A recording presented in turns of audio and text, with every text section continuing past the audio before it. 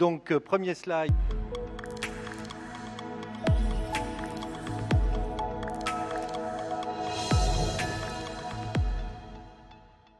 Vous avez le titre, je l'ai déjà évoqué, et donc on peut passer au slide suivant. Donc l'idée c'est de partir du constat très largement partagé, hein, qui est que bon, l'IA c'est quelque chose d'important, c'est massif. Il y a deux atouts importants sur l'IA en ce moment qui ont provoqué des ruptures. Il n'y a pas que, bien sûr que ça, hein, mais qui ont provoqué beaucoup d'intérêt. C'est la présence de données et puis l'aspect algorithme avec en particulier le deep learning. Et donc l'idée c'est de se dire qu'il y a une très grande performance, mais qu'il va falloir aller mettre ça dans plein d'applications et donc plein d'objets avec deux enjeux, un enjeu de confiance et un enjeu de frugalité. L'enjeu de la confiance, il est déjà un petit peu abordé, donc je ne vais pas revenir dessus. Et on va voir plutôt l'aspect frugalité. C'est le slide suivant. Donc, l'idée, c'est de partir de tout se fait dans le cloud à tout se fait dans l'embarqué, avec peut-être des situations un peu intermédiaires, soit de manière transitoire, soit de manière nécessaire. Et donc, en particulier, pour aller dans l'embarqué, l'idée, c'est de se dire on a besoin de déployer des applications, en particulier de deep learning, puisqu'il y a beaucoup d'attentes par rapport à ces technologies-là, et de les mettre dans des calculateurs embarqués. Et en particulier, donc, d'optimiser les réseaux de neurones, mais à des niveaux compatibles avec l'embarqué. Et donc, pour ça, il faut des outils performants et accessibles, parce que sans ces outils, on ne sait pas avancer. Slide suivant. Donc la situation actuelle du paysage des plateformes autour de cette thématique, c'est une domination américaine qui est très favorable, hein, puisqu'ils nous donnent leurs outils, c'est gratuit, il y en a qui sont open source, il y en a qui le sont moins, mais en tout cas on peut s'en servir. Mais c'est clairement une technologie qui est orientée sur un certain nombre de grands acteurs, et dès qu'on prend des déclinaisons pour aller déployer dans l'embarqué, ça cible les cartes de leurs partenaires favoris, en général américains, et donc ça cible un petit peu la manière de déployer. Il ne faut pas oublier que la Chine n'est pas en reste, hein. Ils ont des outils qui commencent à rentrer dans la course, de manière aussi plus ou moins ouverte, etc. Mais donc c'est des sujets. Par contre, ces outils, en général, sont soit très spécifiques à certains types de cibles, avec les contraintes de dépendance, hein, et de souveraineté que ça amène, à la fois vis-à-vis de l'outil, mais aussi vis-à-vis des cibles qui sont quasiment imposées. Et ils ne vont pas très loin, finalement, par rapport aux exigences usuelles des gens qui font des systèmes embarqués, en particulier les systèmes embarqués critiques, en termes de taille, de performance, de consommation et de composants en fait accessibles pour développer l'embarqué. Parce que l'embarqué, c'est un domaine très concurrentiel, et donc il faut aussi être capable de gérer plusieurs sources de composants. Et donc le fait que les outils puissent déployer sur plusieurs sources, c'est essentiel. Ah oui, je parle deux fois dans le micro, ça en fait du bruit. Ok, donc on peut passer au slide suivant sur cette réflexion qui est que ce serait bien d'avoir finalement une plateforme pour pouvoir déployer du deep learning dans l'embarqué et que cette plateforme soit ouverte et souveraine. Donc l'ouverture, on la prend en simplifiant les choses, en disant on va faire de l'open source, ça on est sûr que c'est ouvert, on va prendre des licences qui sont compatibles avec le droit juridique européen, c'est pour la souveraineté, parce que l'open source avec droit US, c'est de l'open source qui peut se refermer du jour au lendemain. Et puis, cet accès donne un certain nombre d'ouvertures, crée des communautés. Et donc l'objectif, c'est bien de fournir à l'ensemble de l'écosystème une solution ouverte, souveraine, pour le déploiement et l'optimisation des applications dans le deep learning, du deep learning dans un contexte embarqué. Et la communauté, c'est aussi bien les fournisseurs d'architecture, de composants, on en a en France, il y en a en Europe, les intégrateurs, les développeurs d'applications embarquées, mais aussi, bien sûr, les acteurs de la recherche et de l'innovation, quels qu'ils soient. Typiquement, autour de cette approche plateforme, Alors, l'aspect open source n'est pas toujours complètement stabilisé. Il y a 3 approches de plateforme en ce moment qui sont assez fortes en France. Une assez générique qui s'intéresse à l'ensemble de l'IA, même si au début, elle s'est plutôt intéressée au deep learning, qui est autour de confiance.ai, donc la plateforme pour l'IA de confiance, avec un mécanisme. Bon, elle se construit, hein, donc on va voir comment ça se présente dans les années à venir, mais avec un certain nombre de briques techniques qui sont bien des outils qui vont permettre d'assurer certaines propriétés de confiance en IA. Scikit-learn, j'en reparle pas, ça a été évoqué tout à l'heure et je pense que vous le voyez bien. Et puis sur l'aspect purement deep learning, il y a différents éléments, mais dont un élément qui est l'outil N2D2. Donc c'est un outil open source développé au CA depuis un certain temps, mis en open source depuis un certain temps, avec des conditions de licence qui sont conformes à ce qu'on voulait, et qui s'intéresse à cet aspect embarqué. On peut passer au slide suivant.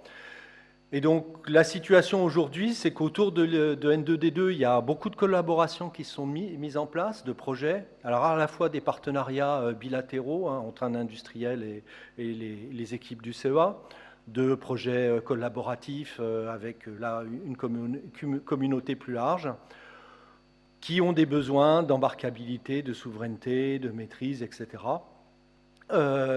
Et simplement, on se rend compte que chaque acteur, et en particulier chaque entreprise, travaille finalement de manière assez isolée sur des plateformes américaines en amont, et puis à la fin, ils essayent d'optimiser un petit peu, où ils déploient avec ces plateformes, et ça oriente leur choix matériel. Donc on a besoin de créer de la synergie dans les travaux des différents acteurs, publics et privés. On a besoin de mutualiser des expertises et des ressources parce que c'est quand même un domaine très pointu. Déjà en IA, on a du mal à trouver toutes les ressources dont on a besoin.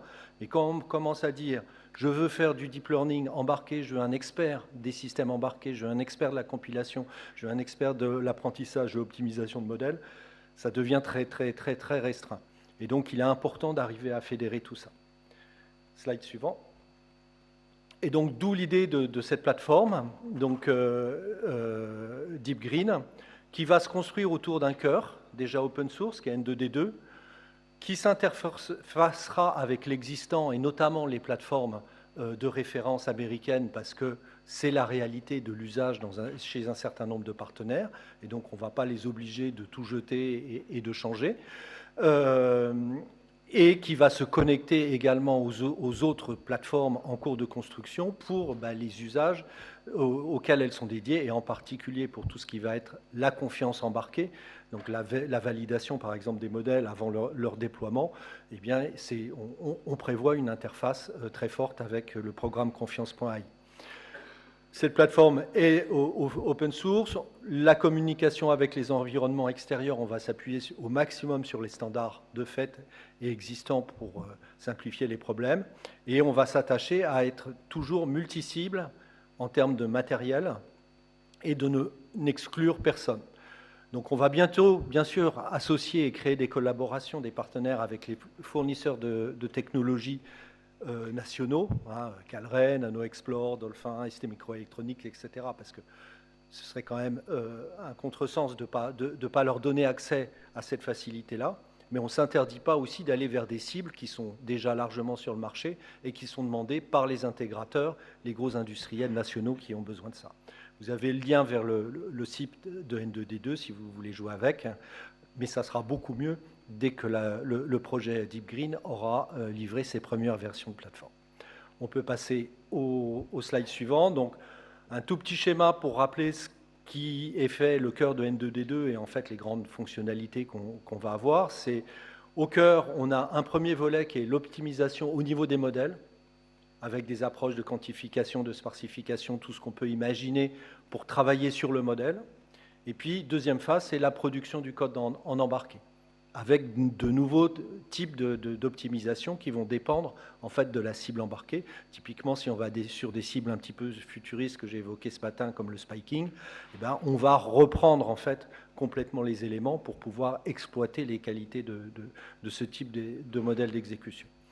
Il y a un certain nombre d'exemples dont on ne voit pas la liste, ce n'est pas l'intérêt, hein, c'est juste pour dire que c'est multiple de déploiement à la fois de déploiements qui sont complètement open source parce que c'est des cibles génériques, et puis de déploiements propriétaires. Là, c'est normal, hein, chaque fournisseur de technologie veut rester maître de sa technologie, et donc on lui permet de faire son déploiement et puis d'approprier de s'approprier les dernières phases. Et ce qui est important également, c'est qu'on intègre au niveau de l'outil déjà différents critères pour optimiser les modèles. On peut passer au slide suivant. Donc là, c'est juste une vision. Je ne vais pas tout détailler, j'essaye de voir l'heure, mais je pense que ça va à peu près encore. Donc il y a 4 grands lots. Un lot autour du flot de conception et de la synthèse de haut niveau du matériel, c'est-à-dire tout ce qui va correspondre à passer du modèle et de l'algorithme sur quelque chose qu'on va pouvoir déployer sur du matériel. Optimisation de l'apprentissage, génération de code optimisé, et on va inclure aussi du benchmarking et de la projection de performance. Ça, c'est très important dans l'embarqué, de pouvoir prévoir un petit peu à l'avance, avant de vraiment faire les tests sur la cible, quelle sera la consommation, l'impact, etc. Et donc, c'est tout ce volet-là. Après, il y a un volet un petit peu plus le coup d'après, donc qui sera pour les versions 2, 3 de la plateforme, qui est de dire, bon, on ne peut pas faire l'impasse sur le fait que l'algorithme évolue, qu'il y a des apprentissages frugaux qui sont en train de se mettre en place, et plus vite on pourra les intégrer, plus l'embarquer, plus il y aura de chances de faire plein de choses en embarqué qu'on ne sait pas faire actuellement parce que la taille du modèle est trop gros, la performance n'est pas bonne, la consommation énergétique est catastrophique, etc. Toute cette réflexion sur comment apprendre tout en compressant et en quantifiant sans perdre les performances, voire sans perdre la confiance, si on fait ça en collaboration avec Confiance.ai, les aspects apprentissage semi-supervisé, non supervisé, etc. Tout un volet sur le déploiement vers des cibles, avec plusieurs niveaux de cibles, multi-GPU, calcul distribué, multiplateforme, tout un tas de choses. Donc on voit qu'en fait la complexité du déploiement, elle est multiple, hein, parce que quand on a du multi-GPU, du calcul distribué au sens électronique, ce n'est pas la même chose que quand on est sur un seul accélérateur complètement dédié. L'interopérabilité avec les frameworks extérieurs que j'avais évoqués, et puis le support des solutions matérielles françaises. Et puis tout sur le volet confiance, une action d'intégration et d'interopération forte avec le programme Confiance.ai pour intégrer des garanties formelles dans la production des applications au moment de leur déploiement. Par exemple, garantir que le déploiement est conforme aux propriétés qui avaient déjà été validées sur le modèle. Ce qui n'est pas forcément évident quand il y a beaucoup de manipulations qui ont été refaites sur le code. Tout ce qui est robustesse, notamment robustesse aux attaques, et tout ce qui pourrait relever de l'interprétabilité, de l'explicabilité, où on va récupérer beaucoup de briques venant de ce programme. On peut aller au slide suivant, qui est le dernier.